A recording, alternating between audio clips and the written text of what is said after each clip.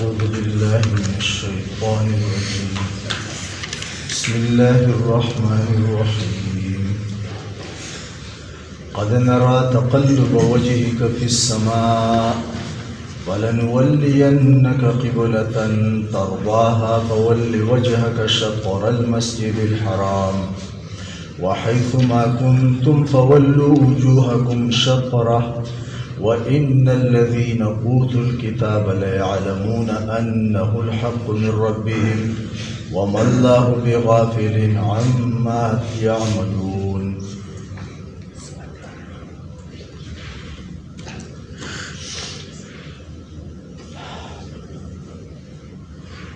مخکی وضاحت شوی دی چې نبی صلی الله علیه وسلم کله په مکه مکرمه کې ورو کعبې ته به مخ کوو او مونځ به یې کوو. بیا چې مدینې منورې ته راغی نو الله پاک حکم وکړو چې اوس ته بیت المقدس طرف ته مخ کوه او مونځ کوه. نو دغه 14 میاشتې یا 18 میاشتې نبی صلی الله علیه وسلم بیت المقدس طرف ته مسجد اقصی طرف ته چې کوم دی مونځ وکړو. په دې دوران کې د نبی صلی الله علیه وسلم د زړه چې کوم ارمان او تمنا و نو هغه دا و چې کعبه دې بیا زموږ قبله شي. بیت المقدس ته خو نبی علیه السلام مونځ کوو د الله امر ولکه، لیکن د زړه د حال نه خو الله خبر دی که نو خپل تمنا او خپل ارمان دا و چې زما کعبه چې کوم دی زما قبله دا کعبه شوی نو خبره کومې ته چې مخکې هغه و مکه مکرمه او د هغې وجه علماو دا ذکر کړی ده چې دا تمنا او ارمان د نبي علیه الصلاة والسلام د دې د وجې نه و چې الله حکم راولېږلی او بیا یې موږ ته حکم وکړی چې موږ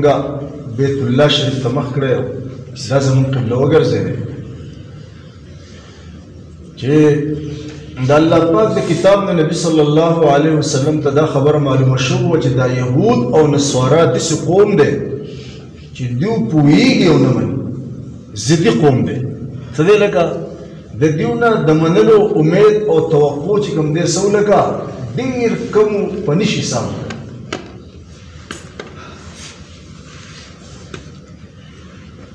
اگر که نبی علیه الصلاة والسلام دا اول قبله ته مونځ کوو ځکه دغه قبله مسجد اقصی قبله د یهود د نصاراو د دواړو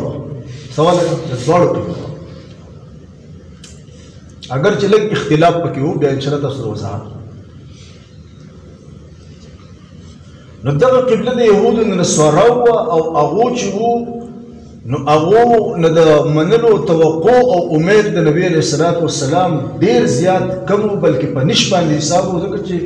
د قرآن نه دا خبره په وضاحت سره معلومه شوې وه چې دا ضدي قوم دی. دوی داسې نه ده چې نه پوهېږي، دوی ښه پوهېږي خو مني نه. نو چې سړی پوهېږي او نه مني د دې انسان علاج نه وي، ضدي ویلی کېږي لکه د علاج نه وي. د دوی په مقابله کې د مکې چې کوم خلک وو که نه نو اگر چې په هغې کې ضدیان خلک هم وو خو ډېر کم ضدیان پکې څه کم وو. اکثر خلکو چې خبره نه منله نو د جهالت د وجې نه منله چې هغه بېعلمه خلک ولکه څه ولکه بېعلمه خلک. نو نبي صلی الله علیه وسلم دا سوچو چې بای دا ناپوهه دي دوی چې مخالفت کوي زما مخالفت کوي نو دا د ضد د وجې نه نه کوي لکه بلکې دا د جهالت د وجې نه کوي دي نه پوهېږي. نو د ناپوهه سړي پوهول اسان دي لکه ابه زه پوهیم ابه څه کومه لکه پوهیم او د هغو نه توقع شته چې هغه پوه شي څه کېږي هغه پوه شي. نو دا وجه ذکر کړې د علماو چې نبي صلی الله علیه وسلم د دې د وجې نه د بیت الله د کعبې کېدلو چې کوم دی څه کوله تمنا کوله.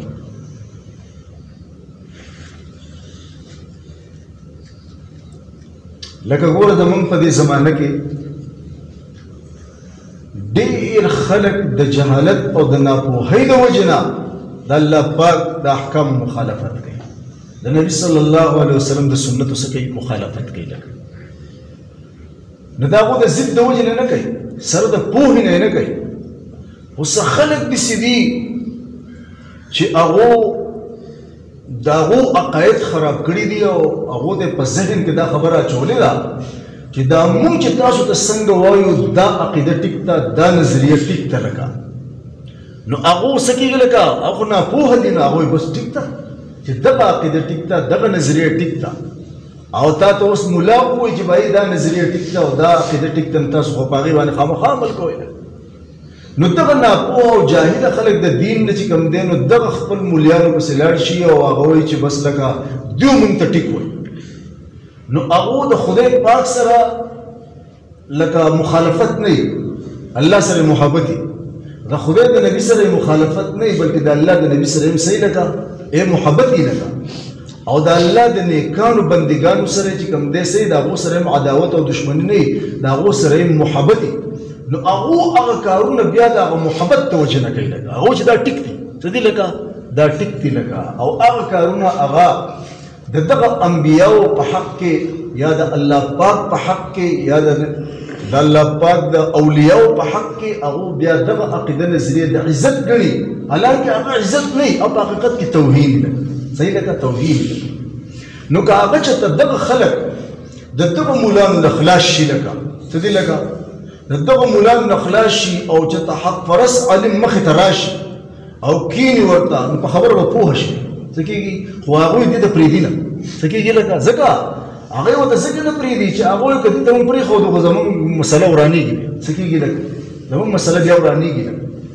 نو د دې د وجې نه دغه حق پرسته خلک یې ورته څه کړي لکه د دې عقیده یې ورته غلطه ښکاره کړي چې د دې نظریه او د دې عقیده غلطه ده نو د دې خواله مه ځئ نو هلته یې پرېږدي نه په خپله پوهېږي نه نو هغو چې ورته کومه نظریه عقیده ښولي نو په هغې باندې روان هغې دپاره تاسو د مثال در کوم په خارج کې لکه ګوره څه خلک داسې دي د جهالت د وجې نه چې د هغو دا عقیده او نظریه ده چې تمام انبیا او تمام اولیاء کم خلک دا حاضر ناظر څه دي لکه دا حاضر ناظر حاضر دې ته ویل کېږي چې هر ځای موجود وي هر ځای څه موجود وي لکه ناظر دې ته ویل کېږي چې هر ځای ییني هر شی ییني لکه اوس زموږ عقیده خو دا ده چې دا حاضر او دا ناظر دا صفت صرف د یو الله پاک دی څه دی لکه دا د یو الله دی دا د بل چا نه دی لیکن هغو دا خبره څه ده لکه دا د انبیاو دپاره او د اولیاو دپاره چې کوم دی څه کوي لکه دا ثابتوي لکه دا ورته ویلي ده د هغو مولیانو ورته ویلي چې بھائی دغسې ده لکه څه دی لکه انبیا چې کوم دی هر ځای حاضر دي څه دی لکه هر ځای موجود دي او ناظر دی یعنی هر شی چې کوم دی څه کوي لکه هغه یې لکه د هغو نه څه چې کوم دی څه دي لکه پټ نو ګوره اوس دا دیو ته چې دا خبره ښودلی شوې ده نو دا دیو د انبیاو په حق کې چې کوم دی عزت ګڼي د اولیاو په حق کې عزت ګڼي چې موږ داسې کوو یعنې موږ دا انبیا داسې ګڼو نو دا موږ د هغو عزت کوو موږ د الله د اولیاء داسې ګڼو نو دا موږ د هغو عزت کوو دي په خپل خیال کې په خپله نظریه کې په خپله عقیده کې څه دي لکه نه پوهېږي که نه د ناپوهۍ د وجې نه یې کوي لکه ټیک شو دا موږ د هغو عزت کوو حالانکې دا توهین دی لکه توهین نو چونکې پوهېولو والا ته یې پرېږدي نه او په خپله دا غریبانانو دا نظریه جوړه کړې ده او په دغه نظریه کې لګیا دي ګوره توهین ځکه دی چې علماو تصریح کړې ده چې زما او ستا په شان ګناهګار خلک په هر ځای کې تله نه خوښوم هر ځای ته څه هر ځای ته ما ته تله نه خوښولی یو شرابخانه ده نو تاسو هغې ته تله خوښوئ چې باید دې شرابخانه کې دې مونږ موجود یو لکه یا یو ځای د جوارۍ اډه ده لکه نو هلته یو شریف انسان دا خوښوي چې باید د جوارۍ په دې اډه کې موجود وي یا څومره چې د بدکارۍ اډې دي ټیک شو که نه نو یو شریف انسان یو عزتمند انسان چې کوم دی دا خبره خوښوي چې باید زه د بدکارۍ په دې اډه کې هم څه یم لکه زه دې موجود یم نه خوښوي که نه لکه نو ګوره ما تا دا خبره نه خوښوو چې باید ما تا دې داسې په هر ځای کې موجود یو نو باید د پیغمبر دپاره په هر ځای کې موجودول خوښول دا توهین دی که دا عزت او د الله د نیکو بندګانو دپاره صالحانو دپاره دا نظریه ساتل چې دي په هر ځای کې څه دي لکه موجود دي سمجھ کې راځي خبره نو دا ګوره اوس څه دي لکه دیو ته عزت ګڼي چې موږ دیو په هر ځای کې موجود وګڼو که نه حاضر نو اے په دې کې د الله د انبیاو او د الله د اولیاء عزت په اعلان کې حقیقت کې دا توهین دی. ظاهر مثال مې درکو و زما او د پیغمبر او زما او ستا او د الله پاک دی او عظیم ولی په منځ کې څومره فرق دی. لکه موږ نه خوښو، موږ خپل رور نه خوښو، موږ خپل پلار نه خوښو، موږ خپل بچی نه خوښو، لکه موږ خپل رشته دار نه خوښو، لکه ټیک دی چې وایي دی په دې، بلکې نه مسلمان موږ نه خوښو چې په دغه ځای کې موجود دی. لکه نو څنګه دا خبره موږ خوښو؟ موږ څنګه دا خبره د عزت ګڼو چې باید پیغمبر دې پکې موجود وي او باید د خدای اولیاء دې پکې چې کوم دي په دغه ځای کې موجود دي؟ دا توحید شو که دا عزت شو؟ نو ګور دا د ناپوهۍ دی څه دي، لکه دا د ناپوهۍ د وجې نه دا څه ده، لکه دا عقیده نه نظریه ده. خو دا غریبانان نه، بس هغه پوهه کړی شوي دي دي نه څه دي، لکه پوهه کړی شوي دي چې په دې کې د هغو عزت دی، حالانکې په هغې کې د هغو چې کوم دی څه دی، لکه عزت نه دی. لکه یو بل مثال په خارج کې د دې دپاره چې انبیاء علیه الصلاة والسلام ته د هر څیز علم دی. دا یو نظریه ده د جاهل خلکو سره، دا نظریه ده، خو دا هغو د ځان نه جوړه کړې، دا د هغو ملانو د هغو په ذهن کې دا خبره ښودې ده. څه ده؟ لکه دا خبره ښودې ده چې انبیاء علیه الصلاة والسلام ته د هر شي علم دی. وګوره دا هغه د هغو لپاره عزت ګڼي. څه ګڼي؟ چې بهایي یو پیغمبر ته دې د هر شي علم وي، څه دی، لکه د دې په هغې پوهېږي، نو دا د هغو عزت دی، حالانکې دا توهین دی. څه دی؟ لکه توهین دی. مخکې سپاره کې تېر شو که نه چې بهایي جاهلانو خلکو به سلیمان علیه الصلاة والسلام ته جادو نسبت کوو. دا اوس تفصیل تېر شوی. څه دی؟ لکه جادو څه به یې کوو؟ نسبت به یې کوو چې ده سره د جادو علم، ده سره څه لکه د جادو علم. دا د جاهل خلکو د هغوی دپاره عزت ګڼو چې پیغمبر ته د هر شي علم یې که نه، لکه نو دا د هغوی عزت دی. حالانکې خدای پاک د هغې نفي وکړه ما کفر سلیمان. جادو یې زده کول او جادو چې کوم دی خلکو ته ښوول او د جادو علم حاصلول، دا خو کفر دی. لکه دا خو کفر دی. نو دا خو ته نسبت کې یو پیغمبر ته د کفر او هغه وایي چې الله پاک وایي ما کفر سلیمان ولکن الشیاطین کفروا یعلمون الناس السحر. نو دا اوس نه دا نفوی ده. څه ده؟ لکه چې موږ انبیاء علیه الصلاة والسلام ته د هر شي د علم نسبت وکړو چې د هر شي علم دی ورته، لکه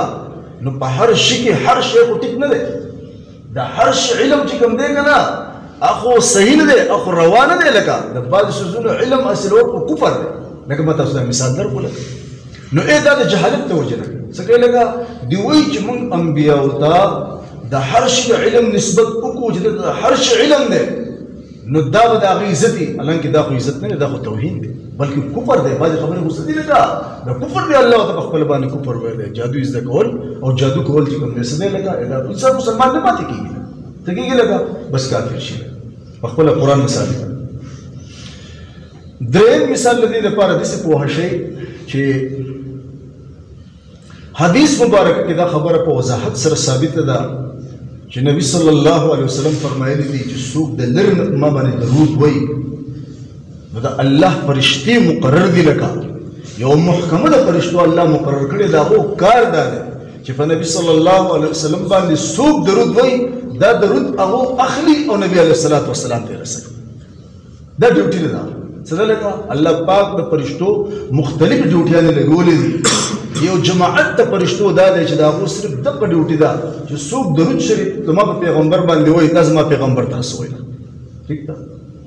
ان لله ملائکة سیاحین فی الارض، یقینا د الله فرشتې دي لکه سیاحین فی الارض دي، یعنې په ځمکه کې چې کوم دی څه کوي، لکه ګرځي. لکه او نبی علیه السلام وایي یبلغوني من امتی السلام، زما د امت هغه درود او سلام چې کوم دی ما ته څه کوي، لکه را رسوي. دا ډیوټي. او نبی علیه السلام دا هم فرمایلي چې څوک زما د قبر خواته درود وایي دا زه په خپله باندې وایم. روغه خبره پاکه عقیده ده که نه، او په دې کې د پیغمبر عزت دی. دې کې څه دی؟ دې کې د پیغمبر عزت دی چې بهایي فرشتې دا سیس اخلي، دا درود اخلي او هغه ته یې د هغه ځای ته د هغه مکان ته رسوي. نو دا عزت دی. خو اوس د بعضې جاهلو خلکو څه عقیده ده او دا ولې د هغو ملیانو جوړه کړې ده چې بهایي درود اوه کنه لکه درود چې ته اوه پیغمبر علیه الصلاۃ والسلام په خپل راضي او دا درود وسولې د دې په توهین او په عزت باندې دسی پوه شي لکه زما ستا یو خط راغی په ډاک کې راغی نو تاسو دا ووایئ چې که چېرته ما او تا په دې خپل خط پسې ډاکخانې ته ځو لکه ټیک ده او دا د هغه ډاکخانې نه اصولو نو آیا زما ستا عزت په دې کې دی که نه هغه ډاګي ولګي او ما تاله د کور دروازه وټاکي او ما تا ته یې کور ته راوړي زما ستا عزت په دې کې دی سمجھ کې راځي خبره که نه راځي نو دوی وایي دا عزت دی لکه چې موږ درود وایو نو وایي پیغمبر راځي او دا زموږ نه وصولوي نه دې کې او دا د پیغمبر دپاره عزت نه وي لکه دا عزت نه دی عزت خدا دی چې بھائی فرشتي الله مقرر کړي څنګه چې حدیث کې دي او هغه دا درود اخلي او نبي صلی الله علیه وسلم ته هلته رسوي لکه څنګه چې یو ډاګي زما ستا خط چې کوم دی ماله څه کېږي نو ډاکخانې زما ستا کور ته راورسوي په دې کې زما ستا عزت دی په دې کې نه دی چې ما ته په خپله باندې هلته ځو او دا شی څه کوو لکه وسلو نو دا دغه جاهله خلکو څه ده لکه عقیده او نظریه ده چې د هغو دنیا فرستو ملایانو چې کوم دی د هغو دپاره جوړه کړې ده او دا ورته د عزت خبره ښکاره کړې ده خو ما غرض دا و چې دا خلک چې کوم دی دا کارونه کوي نو دا د جهالت د وجې نه کوي دا ضدیان نه دي لکه دا سره د علم نه کوي لکه نو نبی صلی الله علیه وسلم تمنا وه چې بیت الله شریف بیا زمونږ کعبه زمونږ قبله چې کوم دی وګرځي ځکه چې د مکې خلک چې کوم دي هغه خو مخالفت کوي زما خو هغه د جهالت د وجې نه کوي نو د هغو پوهول اسان دي توقع شته چې هغه زه پوه کړم هغه پوه شي دلته دا بیت المقدس چې کومه قبله دا د یهودو د نسواراو قبله ده او د دیونه د منلو توقع د سره نشته ځکه چې دا پوهه دي او سره د پوهې چې کوم دی څه کوي لکه مخالفت کوي نو ځکه دا نه الله د نبي تمنا و نو هغه تمنا الله پاک ذکر کوي او د هغې نه پس موږ تفصیل کړی چې الله ورته بیا څه لکه حکم وکړو دغه آیاتونو کې دغه تذکره ده چې قد نرى الله پاک وایي یقینا موږ وینو تقلب وجهک فی السماء اړول راړول دغه خپل مخ مبارک اسمان طرف ته دا په څه کې لګا د دې لپاره چې وحي به کله راشي د الله د طرف نه چې وحي راشي او د الله حکم راشي چې بیا د بیت الله شریف ته څه کله کا مخکوا د قبله وګرځي په دې باندې فلنولینک قبلة ترضاها الله پاک ته وي بس خامخا ضرور به ضرور من به وګرځو ستا دپاره قبله ترضاها چې ته خوښېږه الله خو زړونو باندې عالم دی که نه لګه نو الله وحي راولېږله چې ته کومه قبله خوښې موږ به دا ستا دپاره قبله څه کړو وبه یې ګرځو لکه فول وجهک شطر المسجد الحرام او پس وګرځوه خپل مخ مبارک په طرف د مسجد حرام کعبې ته چې کوم دی جو مسجد حرام څه وایي لکه مسجد حرام د هغې څه دی لکه بیت الله شریف دویم نوم دی لکه څه دی دویم نوم دی دا حکم راغی او تاسو ته ما پرون تفسیر کې ویلو چې بایي د بنو سلمه قبیلې چې کوم دی د مدینې منورې نه په لږه فاصله کې چې کوم دی څه دی دا جومات و د ماسپښین په مانځه نبي صلی الله علیه وسلم ولاړو صحابو سره دوه رکعته یې کړي دوه ته پاتې په دې دوه اخر رکعتونو کې حکم راغی چې بس څه ته لګا فول وجهک پس وګرځوه خپل مخ مبارک شطر المسجد الحرام په طرف د مسجد حرام کعبې باندې دا واقعه ده او بیا دې خوا چې کوم دی نو تمام امتیانو ته اوس حکم دی څه دی لکه تمام امتیانو ته حکم دی بس الله د الله نبي په هغې باندې عمل وکړو او اکثرو خلکو د هغه سره مخ وګرځو او لږو خلکو ونه ګرځو مخکې تفصیل تېر شو چې الله وایي دا کار موږ د دې لپاره وکړو چې موږ ښکاره کړو لکه الله موږ ته خو معلوم دی چې خلکو ته ښکاره شي چې وایي څوک ستا تابعداري کوي څوک ستا تابعداري نه کوي لږ کسان چې کوم دی څو لکه بیا هغوی نو ګرځېدلي او اکثر کسان چې کوم دی هغه ګرځېدلي کافر پاتې شو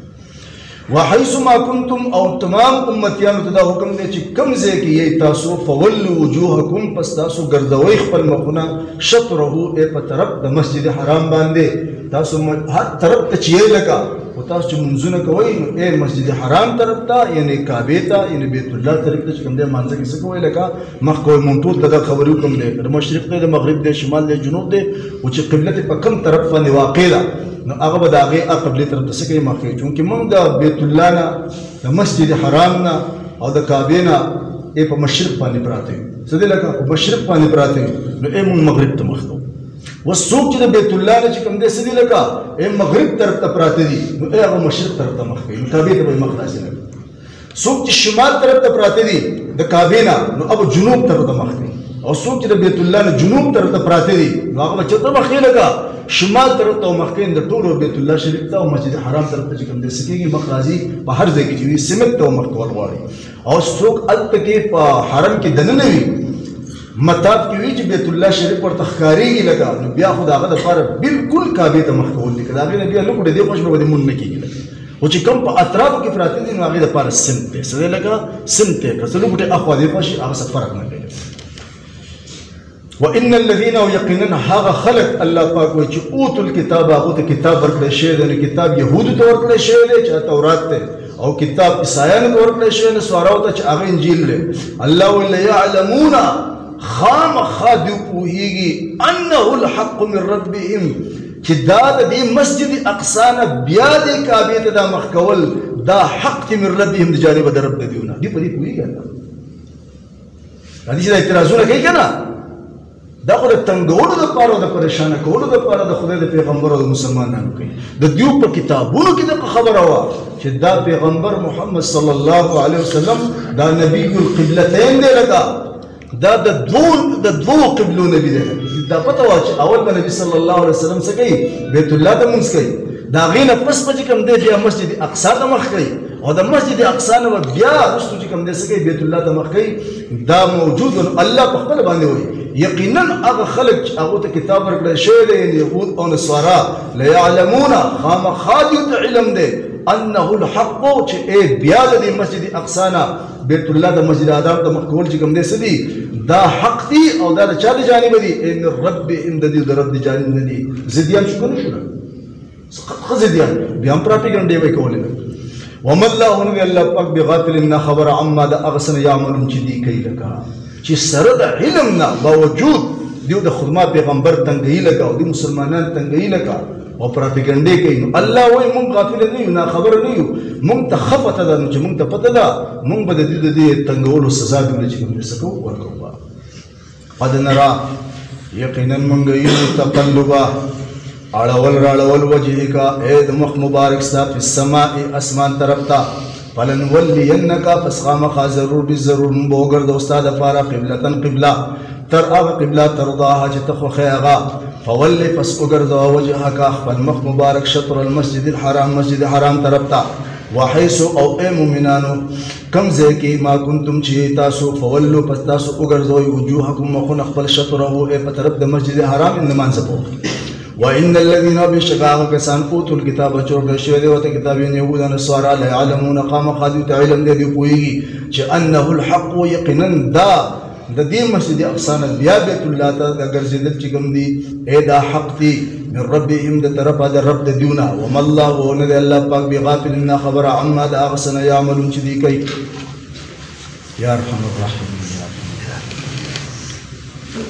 ذا الجلال والاکرام یا ذا الجلال والاکرام یا ذا الجلال والاکرام. اللهم صل على محمد النبي وعلى آله وسلم تسليما. ربنا تقبل منا إنك أنت السميع العليم وتب علينا إنك أنت التواب الرحيم. سبحان ربك رب العزة عما يصفون والسلام على المرسلين.